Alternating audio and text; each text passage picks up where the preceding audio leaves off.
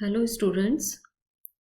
हम लोगों के chemical method of gene transformation में इंट्रोडक्टरी पॉइंट्स और प्रिंसिपल और फैक्टर्स हम इससे प्रीवियस वीडियो में डिस्कस कर चुके थे। इस वीडियो में हम डिस्कस करेंगे types and process oblique method कि टाइप्स को हमने डिवाइड किया था। जो हमने केमिकल 3 डिफरेंट टाइप के जो मोस्ट कॉमनली यूज्ड केमिकल हमने काम में लिए थे, उसके बेस पे हमने इसके टाइप्स डिवाइड किए थे।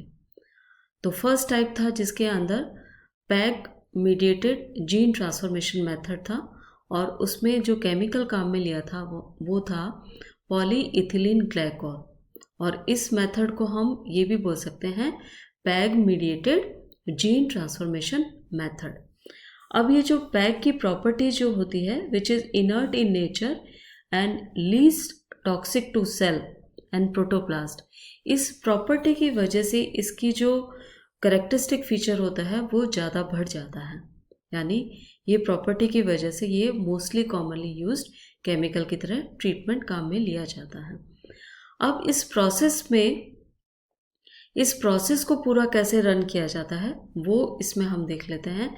लेकिन आपको प्रिंसिपल बिल्कुल आपके जहन में होना चाहिए कि किस तरह से जो दोनों कंपोनेंट जो प्रीवियसली नेगेटिवली थे उसमें से एक सराउंडिंग को, यानी कि डीएनए की सराउंडिंग को हमने with the help of chemical को हमने पॉजिटिव सराउंडिंग दी थी, और उसके बाद जो था वो इनकी रिएक्शन जो थी वो कंप्लीट हुई थी। तो यहाँ पे आप देखिए ये एक टेस्ट ट्यूब है। इस टेस्ट ट्यूब में फर्स्ट कंपोनेंट जो रेसिपिएंट सेल के रूप में होगा वो प्रोटोप्लास्ट है। कोई भी रेसिपिएंट सेल का प्रोटोप्लास्ट हो सकता है। और सेकंड कंपोनेंट के रूप में फॉरेन डीएनए या जीन।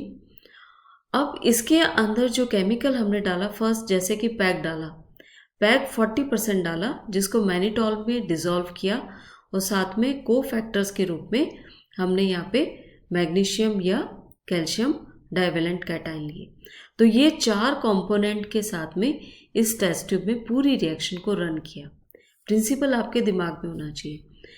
अब इसमें जो है इस पूरी प्रोसेस को रन करने के बाद में इसको इंक्यूबेट किया जाता है फॉर 30 मिनट्स। करने के बाद में पूरी रिएक्शन जब हो जाती है तो देखते हैं कि जो प्रोटोप्लास्ट था वो पूरा ट्रांसफॉर्म्ड हो चुका है।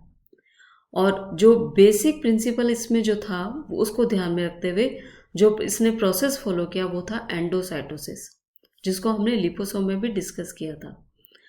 अब ये पूरा जब इंक्यूबेट होने के बाद में ट्रांसफॉर्म्ड हो जाता है तो हम इसकी करते हैं प्लेटिंग, यानी कि प्लेटिंग ऑफ प्रोटोप्लास्ट, और उसके बाद में करते हैं रीजनरेशन, यानी कि ग्रोथ जो है ये थ्रू रीजनरेशन अपनी शो करता है।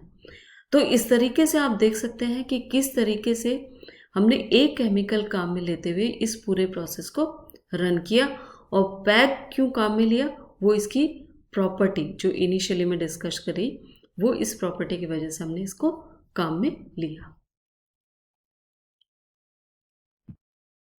अब हम इसको पॉइंट्स के रूप में डिस्कस कर लेते हैं। Plant protoplast can be transformed with naked DNA by treatment with peg in the presence of divalent cation in a form of a calcium or magnesium. Next point हुआ PEG या PEG and divalent cation destabilize the plasma membrane of the protoplast and rendered it permeable to naked DNA. ये हम discuss कर चुके हैं।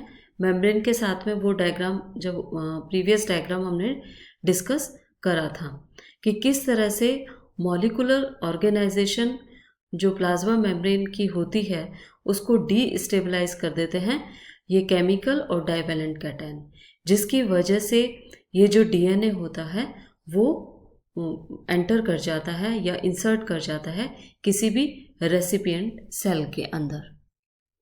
Next point हुआ polyethylene glycol precipitate the DNA molecules and through the process of endocytosis, DNA enters the nucleus and integrate into the host genome.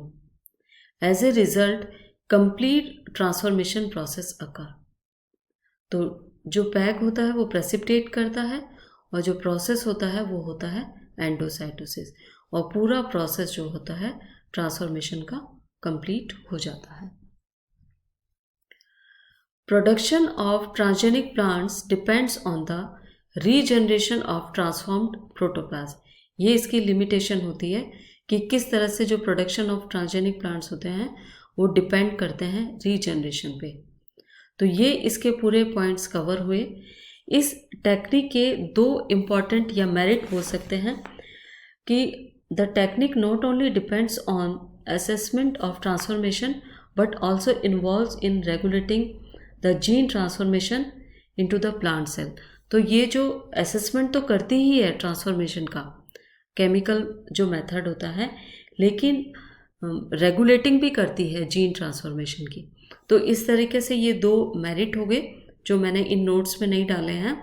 और एक इसका वो पॉइंट, क्या प्रॉपर्टी होती है पैग की, ये इनर्ट होता है, लीस्ट टॉक्सिक होता है और least toxic to the cell and protoplasm. इस तरीके से ये तीनों पॉइंट्स आप इसमें ऐड करना, और ये हम लोगों का होता है complete chemical method of gene transformation. यदि फुल क्वेश्चन आता है तो तीनों मेथड डिस्कस कर लेना आप, यदि शॉर्ट नोट आता है तो आप एक मेथड आप इसमें डिस्कस कर सकते हैं। थैंक यू बच्चों।